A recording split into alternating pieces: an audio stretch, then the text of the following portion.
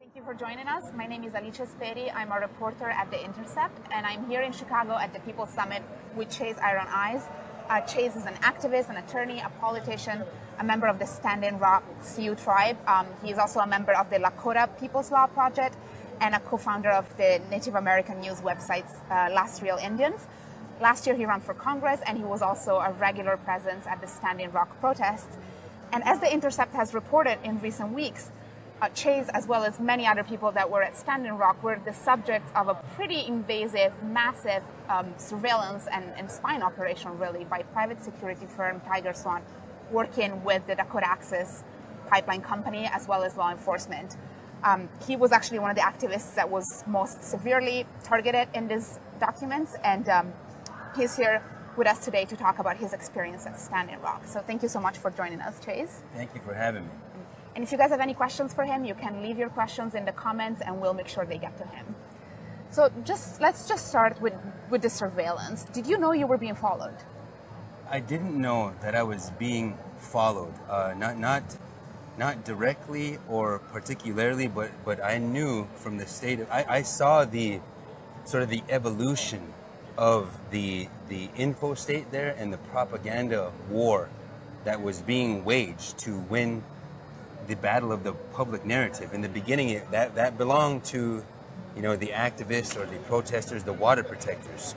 But at some point, I knew that Morton County in North Dakota had retained the services of some body, some entity that knew exactly how to design the delivery of social media content to be highly effective and to paint the narrative so that the water protectors were villainized and law and order was only objectively being upheld. So I knew that, and when you're out there is no stoppage of fixed wing aircraft, helicopters, drones. In the night there's dark black drones, and so they are using all technologies available to surveil, to invade privacy, and really to put at question the strength of our constitutional liberties to speak freely, to be free from those invasions of privacy, and to be free from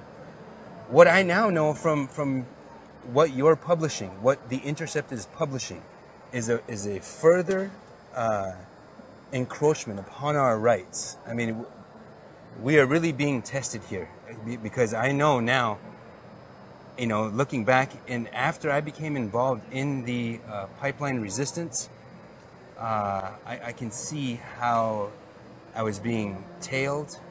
I can see how they were just keeping track of me, but I didn't adjust my behavior. I wanted to keep going forward. I felt, and I still feel, that our cause was righteous. It still is righteous. We were trying to do the right thing and the just thing, and we were using the power of peace and civil resistance. And here we find ourselves. Yeah, and it's so ironic they responded to that with the language of war and jihad. Even in some places they compare the water protector movements to foreign jihadis. And Tiger Swan is a company that has worked defense contracts overseas in Iraq and Afghanistan, and they really bring that militarized language to Standing Rock. They talk about protesters as terrorists and the camp as a battlefield. How does that make you feel? It's quite offensive.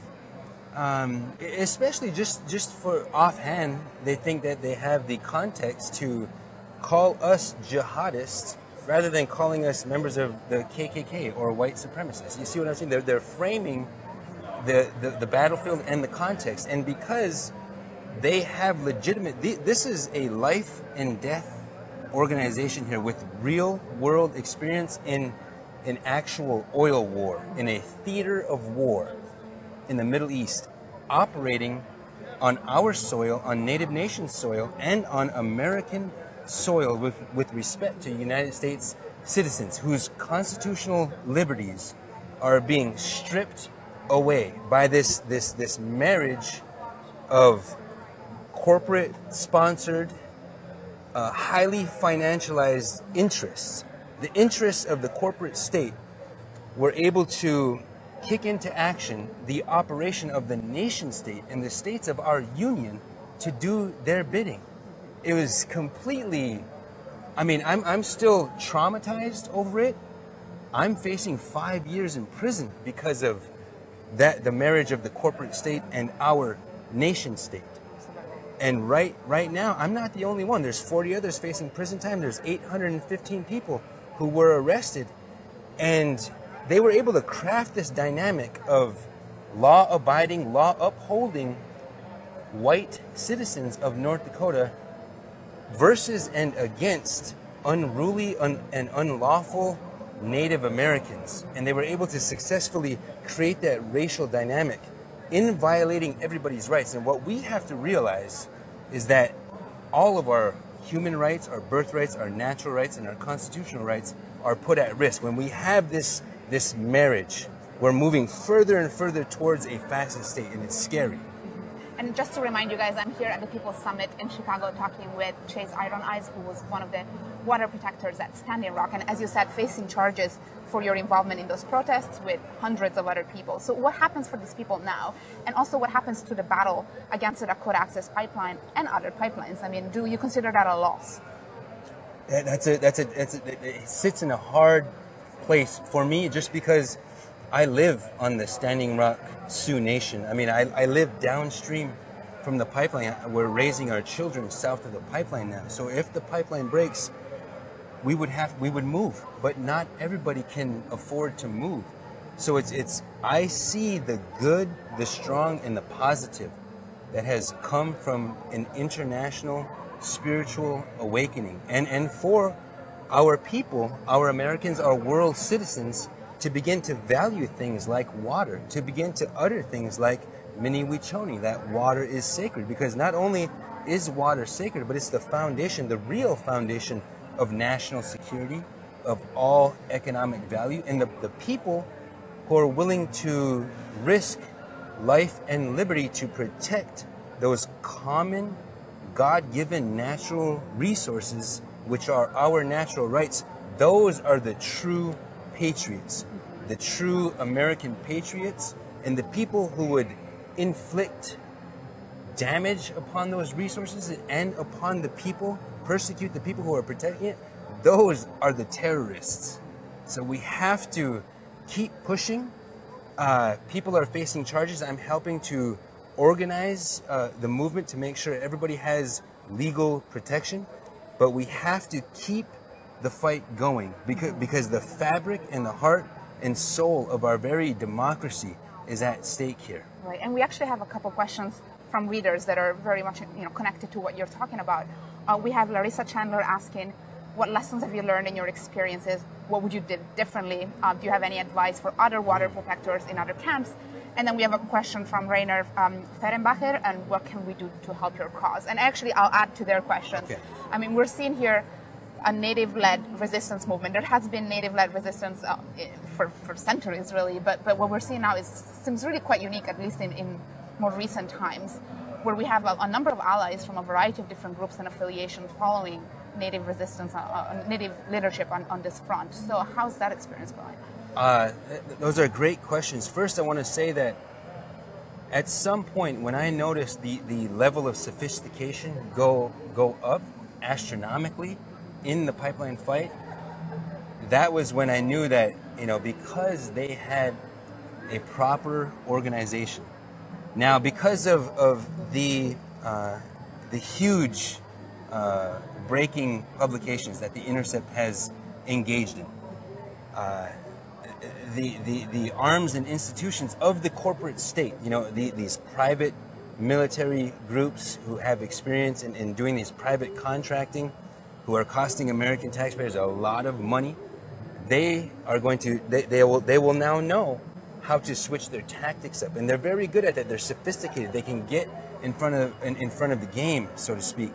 Whereas on the movement side or on the water protector side, it's purely organic. There is no top-down hierarchy. There are really no true leaders. Though they treated me and they pinpointed me as a leader, probably because of I had nerded out on all the history, the Federal Indian legal history. I had run for United States Congress, and I'm able to formulate the struggle in a way that it should relate to all of us. When we look around, everybody who's listening, you should consider America as your homeland. Even though, you know, your ancestors may not have been here for more than 240 years. Our ancestors have been here for tens of thousands of years, but we know that this is our homeland. And so we're willing to sacrifice life or liberty or reputation or whatever it is to protect the land and the waters that we hold sacred. Now, we're calling on all of America to consider this your homeland, our homeland, these waters. These waters are sacred, and they are the foundation of our real national security. And the people who are trying to interfere with that, those are the people that we have to label properly, because they are interfering with a patriotic movement, one that protects the very source of our identity. The land and the waters are the very source of our identity. And we, as Americans, we have to, those are some of the truths that we should hold self-evident. Right. And actually, you know, the Standing Rock resistance has had an impact well beyond America, actually. We have a reader right now who's sending his greetings from Switzerland. It's Sebastian Diaz, and he's also asking you a question. He says, I'd like to know how the situation is now in North Dakota, especially around Lake Ojai, and what legal measures are you guys taking to fight the injustice that the water protectors have faced? So the Standing Rock Sioux tribe still has a claim in the courts. My focus individually has shifted, you know, because I'm charged, because I'm facing 5 years in prison, because there are about 40 others facing those the same seriousness of charges. We are now trying to raise the resources to make sure everybody is provided for. And we're also looking beyond Standing Rock, because the truth is, the cold hard truth is that there is now a pipeline underneath the only source of our drinking water. And my kids, my 10-year-old son, when I took him out on the boat yesterday, and he said, Dad, is that pipeline under our river? And I had to tell him, yes, it is. I had to stomach that. Yes, it is. And he went silent, and you could tell that he could appreciate, even as an, you know, pre-adolescent, as a 10-year-old child, that his future was now at risk. So we've got to take that for what it is, and move the energy and all the synergy that happened there, because people from all walks of life truly transcended whatever human classification we were born into, whether that's our skin color, our language, our religion, whatever human construct has been used to divide us, we were able to transcend it on behalf of something sacred, something so vital as water. So we have to take that, whether that's to other pipeline fights, the Sable pipeline or Line 5, which is actionable right now. There's people calling out to go to Line 5, whether that's, you know, in defense of our right to speak freely, or you know, a journalist's right to tell the truth, to be free from illegal searches and seizures and surveillance. I mean, all of these rights are at risk right now. It's not. What's funny to me is, you know, we were talking about how Tiger Swan's antics and activities were compared to the Pinkertons, and instead of you know, doing what most reasonable public relations folks would do, which was to get out ahead of that and try to you know, combat that idea, they retweeted that idea, which means that the lines are being drawn. This isn't a conspiracy anymore. That the power of capital, the institutions and logic of capital, which have defined the very contours of our culture and law and order, are now blatantly saying to us, to the world, that this is the line. We are going to protect our right to drill. We're going to protect our right to frack, to poison all of our citizens' water for the benefit of private corporate profit. And if you want to resist that, even if you're willing to give your life or your liberty, we're going to put into action, you know, corporate sponsored, state executed violence and persecution. that's what happened at Standing Rock. And I want to catch up our audience that's just joining us on this. But what Chase is talking about is actually a series of stories we at The Intercept have been working on for the last few weeks. And I, with my colleagues, Aline Brown and Will Parrish, have been exposing really this massive surveillance program by private security firm Tiger Swan. And Tiger Swan has never responded to any of our requests for comment, but they did retweet, as you mentioned, this reader comment that compared them to the Pinkertons, which, in the late 19th century and 20th century were essentially known as, hired thugs for capital, really, against labor movements. And the fact that they seem to own that label is definitely disturbing. It's amazing. And, for some reason, I'm just not, maybe because our cause is righteous, I don't feel nervousness or sick to my stomach about facing 5 years in prison, even though I know that potentially North Dakota or Morton County could go to great lengths to try to make a statement by imprisoning somebody. And hopefully, and with the help of everybody who's listening, who's still paying attention, none of us will have to go down and be, persecuted for our patriotism is how I like to view it. And so, we have to continue to tell the story because we're just inching closer and closer. And we know, that there is an information or surveillance industrial state. We treat all of our communications, those of us who like to say we're woke about this type of thing, we treat it as if there is no expectation of privacy in any of our communications. Even though we use Signal or whatever the latest app is, we treat it all as if it's discoverable. And that's not right for a functioning democracy. Right. And as you talked about the fact that you don't feel intimidated, you don't feel scared, but at the same time, we are seeing pretty massive efforts to repress dissent. We are seeing a number of states, including North Dakota, passing some really serious anti-protester bills. And is that going to have an impact at some point? I mean, some people will certainly be feeling the effects of this, no? It is going to have a tremendous impact. Everybody has different levels of commitment. Everybody has different levels of risks that they're willing to take. But as we see in South Dakota, we saw in Oklahoma, the same type of criminalization of dissent, the same type of labeling people who are willing to stand up for water and land as quote-unquote eco-terrorists. You see some of that same language that comes from, Tiger Swan, labeling people, unarmed water protectors, as jihadists. You see that play out. That sort of culture plays out in real time when legislatures and governors are criminalizing the wearing of face masks.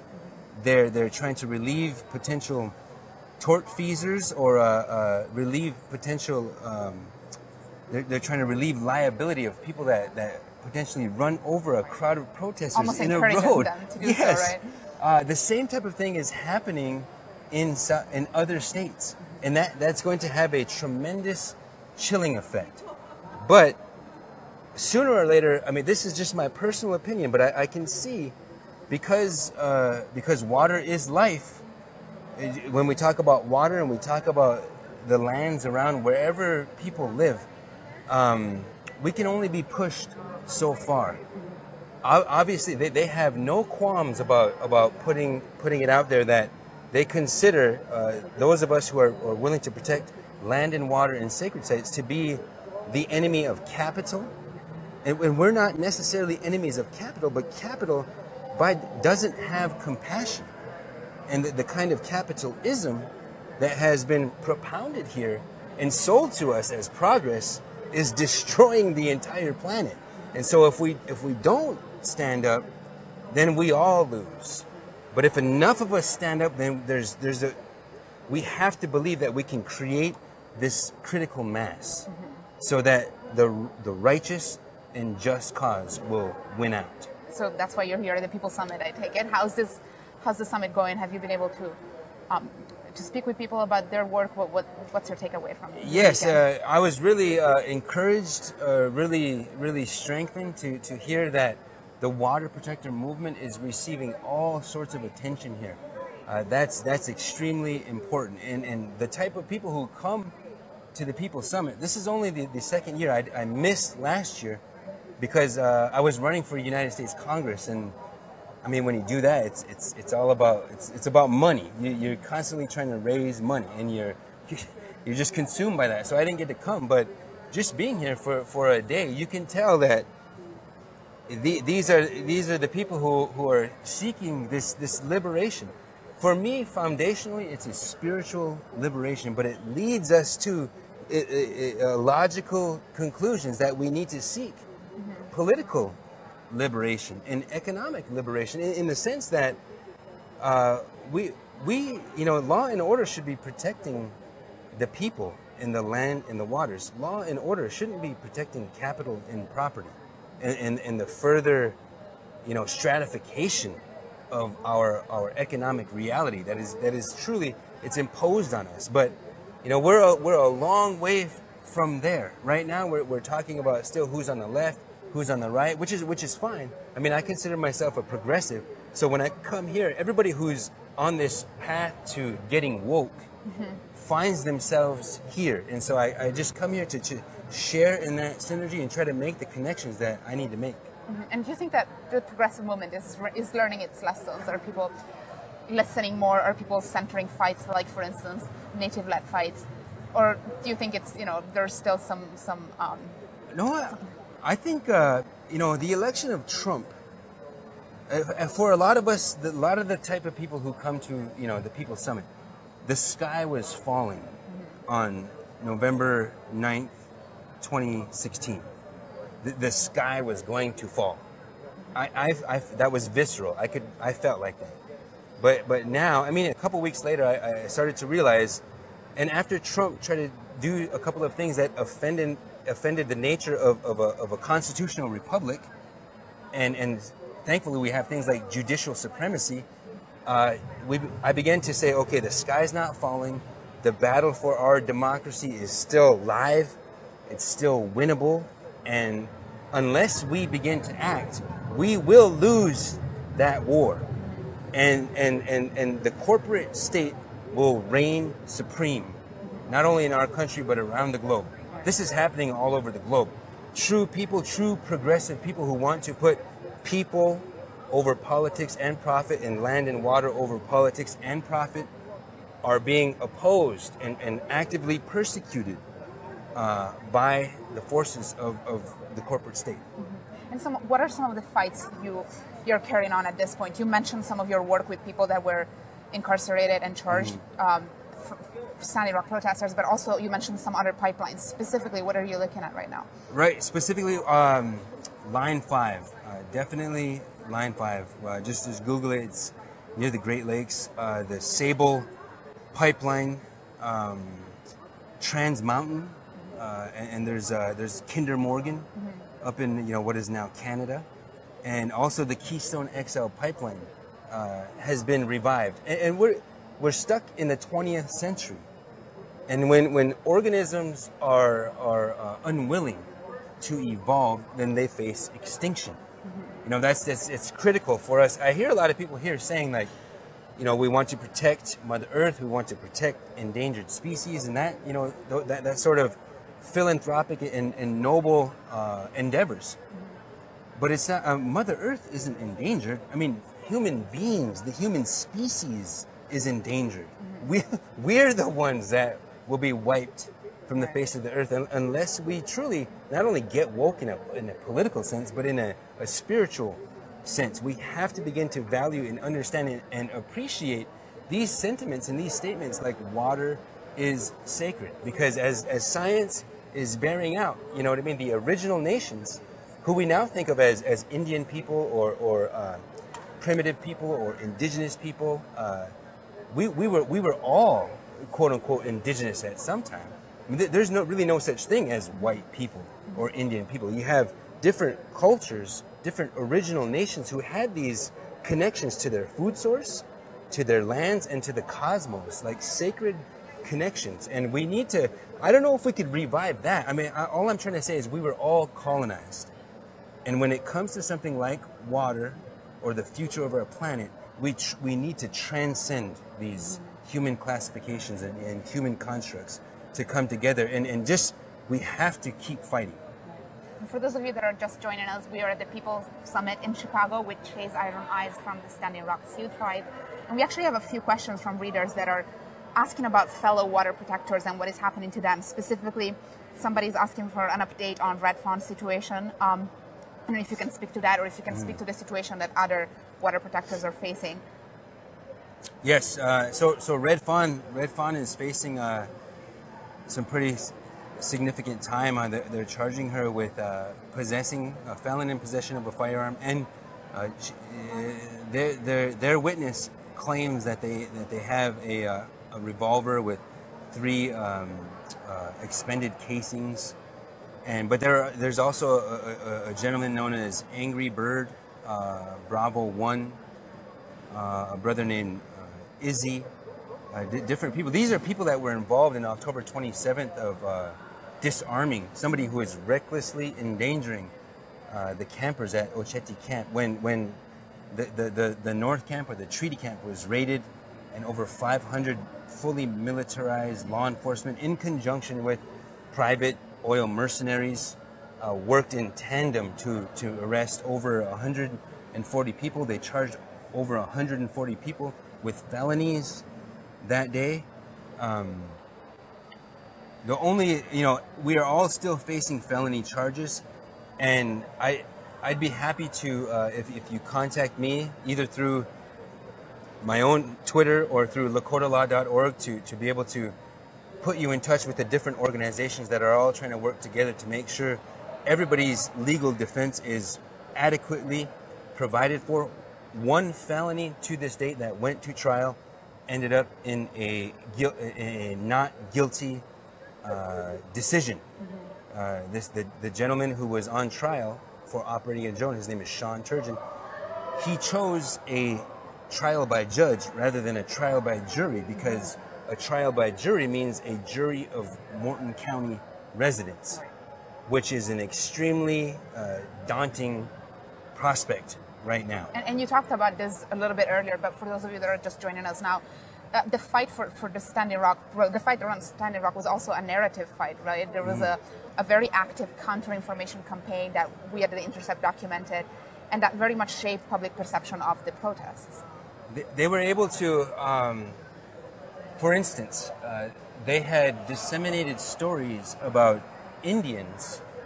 I don't remember if they used the word Indians or, but they were clearly insinuating that reservation residents, Native Americans, were responsible for the killing of livestock, of local ranchers and farmers' livestock, for destroying property, and presenting a threat so that local ranchers and farmers had to carry weapons and firearms to protect their safety and their family's safety. And they even went so far as to cut and pay for airtime on local air stations and TV stations, showing these people, these wholesome looking people, Anglo people, looking like rural farmers and ranchers, carrying weapons, talking about how they were afraid for their lives. I mean, that's just one instance. And the other is, as you can see, it goes much deeper. As soon as the Intercept broke this story, there's a friend of mine did some research of his own. His name is Chris Hagen, and his story was published detailing how the girlfriend of the guy that I mentioned earlier, who recklessly endangered the lives of water protectors, and these other people stopped him from doing that.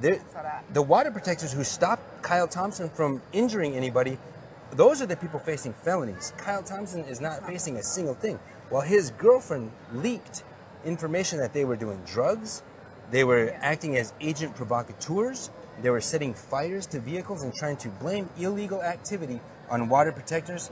And you could see it in the fight, in the struggle. You could see after something happened, Morton County would send a press release that was probably drafted by these private mercenaries, and it would appear on local news as the truth. That's actually something that we at the Intercept are continuing to report on. I mean, the stories that we've talked about are the first of a long series. We'll definitely have way more to come on that, and we hope to speak with you again as we go forward in our reporting. But thank you so much for joining us. Thank you for the work you do. I truly, I appreciate it, and we'll take courage.